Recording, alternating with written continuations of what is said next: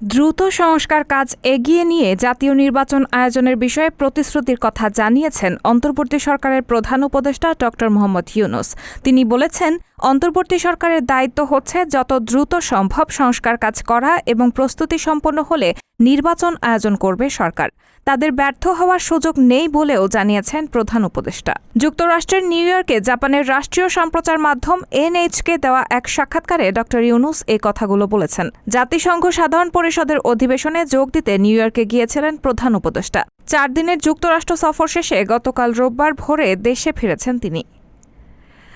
ছাত্র জনতার অভ্যুত্থানে গত 5 আগস্ট শেখ হাসিনা নেতৃত্বাধীন আওয়ামী লীগ সরকারের পতন ঘটে। এর 3 দিন পর শান্তিতে নোবেলজয়ী ড. ইউনূসের নেতৃত্বে অন্তর্বর্তী সরকার গঠিত হয়। শেখ হাসিনার সরকার উৎখাতে যেসব ছাত্র গুরুত্বপূর্ণ ভূমিকা রেখেছেন তাদের কথা উল্লেখ করে ড. মোহাম্মদ ইউনূস বলেন, বিপ্লবের জন্য তরুণেরা তাদের জীবন উৎসর্গ করেছেন। সরকারের নীতি নির্ধারণে তরুণ প্রজন্মকে যুক্ত করার বিষয়ে নিজের অবস্থানও তুলে ধরেন তিনি। ড. ইউনূস বলেন, এই ক্রান্তিলগ্নে সবচেয়ে বড় দাতা দেশ জাপানের সমর্থন চায় বাংলাদেশ। দেশের অর্থনীতি পুনরুদ্ধার ও গণতন্ত্রের ভিত স্থায়ী করার জন্য জাপানের সহযোগিতা কতটা গুরুত্বপূর্ণ সে বিষয়ে গুরুত্বারোপ করেন প্রধান উপদেষ্টা।